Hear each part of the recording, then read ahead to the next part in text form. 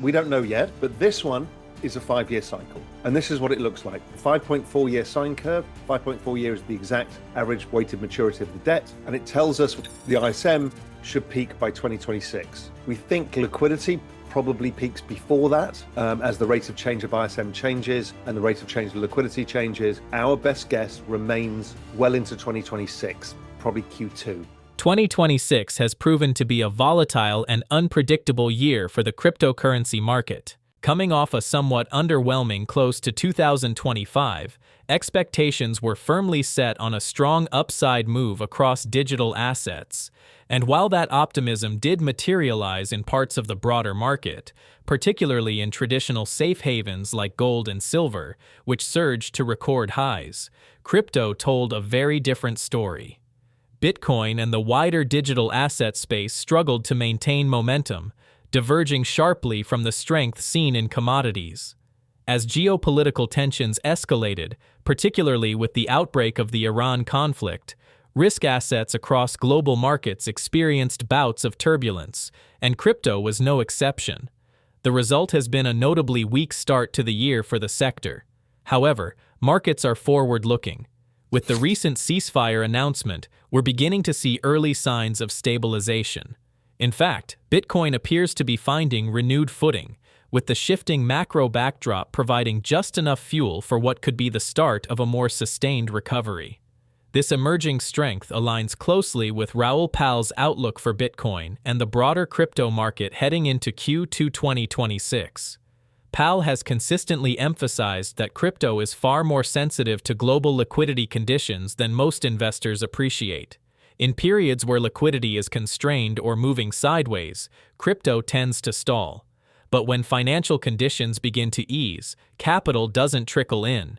It moves aggressively, and crypto is often one of the primary beneficiaries. And right now, we may be approaching exactly that kind of inflection point. The Federal Open Market Committee has convened an emergency meeting to address mounting concerns around rate cuts, tightening liquidity, and the need for potential cash injections into the system. This is the kind of macro backdrop the crypto market has been anticipating, quietly but intensely. At the same time, recent activity from a well-known Trump insider whale has raised eyebrows across the market, signaling that something significant may already be underway beneath the surface, something that could have major implications for digital assets. We'll break all of this down and connect the dots for you in today's video. So sit back, grab your favorite drink, and let's get into it. And before we begin, make sure to like the video, subscribe to the channel, and turn on post notifications so you don't miss what's coming next. Thanks for the support and enjoy the video. Why is Bitcoin sort of not wildly off to the races yet? And it's this chart. Bitcoin is basically, this is a detrended Bitcoin, and it's basically the ISM, which is the business cycle. Remember, we've always said it's the business cycle stupid. It is always the business cycle stupid. And all of these people who claim it's the 4-year cycle based around this and that, they don't understand the fundamental of what the business cycle is, why there's a 4-year cycle in everything. And we've explained it, and we'll go through it in great detail tomorrow in our Everything Code presentation. But basically, it's following the ISM. And rates have been following the same pattern. You see, rates should have come lower. They need to come lower because we need to roll the debt. We've talked about this. That's part of the Everything Code, fundamental part. And ISM, because rates are so high, has meant that Main Street has been screwed while Wall Street's made money from debasement. Earnings versus scarce assets. This is the issue that they need to solve, and they need to get rates lower. They get rates lower. Why? Why do we have an elongated business cycle that looks like virtually no other time? It's because, and I only just found this out redoing the work on the Everything Code recently, is that in 2021-22, they actually extended the maturity of the debt from 4 years to 5 years. So that extension of the maturity of debt has pushed out the business cycle a year. The 4-year cycle this time around is a 5-year cycle. We don't know what the next one will be until we see where they all end up getting refinanced. Whether it comes back to 4 because they managed to get some stuff at the long end, or whether they shorten it because everything's in the short end. We don't know yet. But this one is a 5-year cycle. And this is what it looks like. A 5.4-year sine curve. 5.4 years is the exact average weighted maturity of the debt. And it tells us the ISM should peak by 2026. We think liquidity probably peaks before that, as the rate of change of ISM changes and the rate of change of liquidity changes. Our best guess remains well into 2026, probably Q2. If Raoul Pal's Q2 outlook begins to play out, the crypto market could finally see the relief it has been lacking. More importantly, it may set the stage for Bitcoin to decisively break out of the range that has capped price action for months. A sustained move above the $70,000 level is widely viewed as a critical trigger, one that could unlock renewed momentum, accelerate inflows, and ignite a fresh wave of aggressive buying across the market. But while the macro narrative is building, something else is unfolding in the background that has caught the attention of seasoned traders. As mentioned earlier, the so-called Trump insider whale, known for an almost flawless track record in positioning ahead of major announcements, has made another bold move. Just hours before the recent ceasefire announcement, this trader opened a $51 million short position on oil. What followed was a dramatic collapse in oil prices, plunging 23% within 12 hours to $91, marking one of the sharpest single-day declines since March 2020. At the same time, risk assets surged. Nasdaq futures climbed 2.44%, the S&P 500 rose 2.04%, and the Dow gained 1.98%. Gold pushed toward the $4,800 level, while Bitcoin reclaimed strength, trading back above $72,000. Now, heading into the Federal Open Market Committee's emergency meeting, the same whale has made yet another high-conviction play, opening a $66 million short position on oil and going all in once again. This mirrors the setup from the previous trade, which reportedly generated $120 million in profit following the sharp drop in oil prices. The pattern here is difficult to ignore. Moves of this scale, combined with such precise timing, suggest that expectations for the upcoming FOMC decision are anything but neutral. The market appears to be positioning for a highly accommodative shift, one that could inject liquidity, ease financial conditions, and reignite risk appetite. And if that scenario unfolds, Bitcoin and the broader crypto market, historically among the most reactive to liquidity expansions, could be on the verge of a significant upside move. Let's listen to the clip of Anthony Scaramucci and Mike Novogratz. One thing that is sticky and seems resilient after crashing 40% is Bitcoin. Bitcoin has held its ground here throughout the entire war. We were at 100 or 98,000 like January 15th, and we went all the way to 60. So that was the liquidity puke. If you had to sell, you sold. And so now we're stuck between some sellers and some buyers, and volumes are way down. It's a lot less exciting, but there's no forced sellers anymore, right? So if it was a stock and you thought their business model was over, it would dribble its way all the way lower and lower and lower. But there's not one part of my body that thinks the business of Bitcoin is over, right? There is a growing number of advocates and people and institutions that are saying, hey, you know what? This is here for good. And if it's here for good, and if you believe it's here for good, like Larry Fink does, like Morgan Stanley does, like Vanguard does, like you're moving everyone into it's here for good, then it's here for good. And so you're going to have buyers and sellers. And I just think it's a less exciting asset class than it was.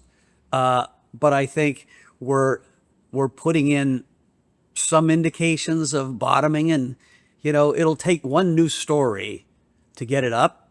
And it first got to get through 74, but it really's got to get through 80. If you can get through 80, then you're going to see me go like this. Double muscles, big smile. I want to see you do that, Mike. I need you to do that. Okay? I need the Hulk, Mike. We need a little positivity around here. Listen, I need the Hulk, Mike, not the Bruce Banner, Mike.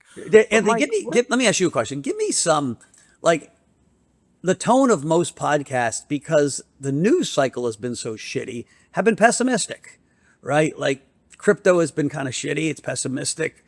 the broader markets, right? Stocks are down, fixed income people have lost money, commodity people have lost money. So there's a broad pessimism in markets and economic commentary. Give me something that makes you optimistic. Mike Novogratz is right to point out that the crypto market needs a meaningful injection of optimism after months of deeply depressed sentiment. The fundamentals of crypto are still very much needed around the world, maybe even more so now in a chaotic geopolitical environment. Now, more than ever, the world is realizing how much it needs an alternative to the dollar-backed fiat system. While this might not be reflected in prices at the moment, a new Binance report shows that it might change soon. According to Binance's April 6th market report, long-term Bitcoin holders have quietly transitioned back into accumulation mode after an extended period of drawdown, signaling a notable change in investor behavior. This isn't retail-driven speculation. It's calculated positioning from experienced market participants, those who have historically moved early, well before broader momentum becomes visible. Binance CEO Richard Teng reinforced this view in a recent post on X, stating, "Since mid-February, Bitcoin long-term holders have been back in accumulation mode. Periods of sustained accumulation by long-term holders have consistently aligned with the early phases of market recoveries. It reflects growing conviction beneath the surface, capital rotating back into the asset class, not out of hype, but out of strategic intent.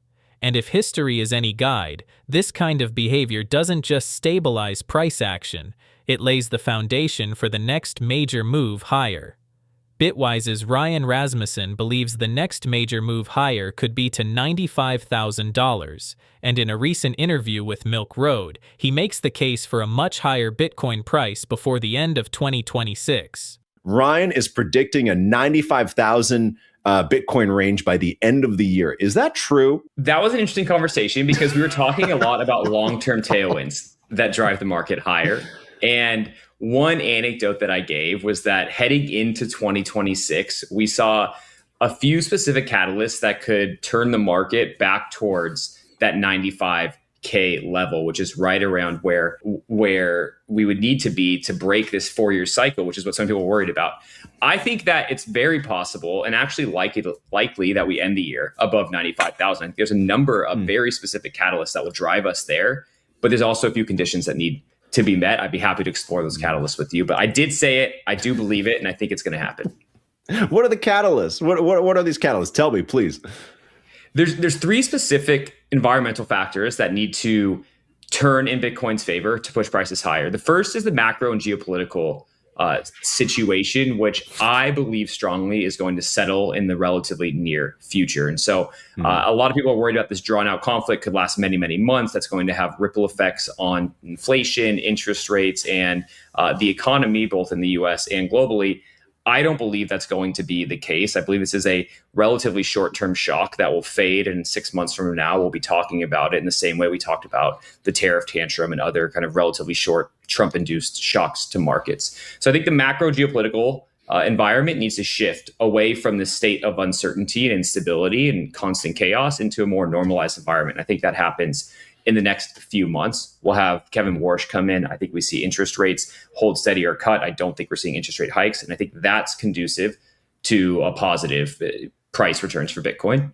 The next is regulatory clarity. The regulatory environment has been super uncertain for Bitcoin with the Clarity Act hanging in the balance. I have faith that the Clarity Act will pass in 2026 before the window closes, as many people are saying. And I think that will be net positive for Bitcoin and other crypto assets. And then the biggest catalyst, and this isn't just a 2026 catalyst, this is a long-term catalyst, is institutional demand for Bitcoin is incredibly strong. We just saw over $1 billion in inflows into Bitcoin ETFs last month amid all of this geopolitical, macro uncertainty, regulatory uncertainty that I spoke about. So you can imagine what would happen if those things settle and become tailwinds to crypto, what would happen from an institutional demand perspective. And I think those things are what pushes Bitcoin back above 95,000 by the end of the year. As we step back and connect all of these signals, a clear pattern begins to emerge.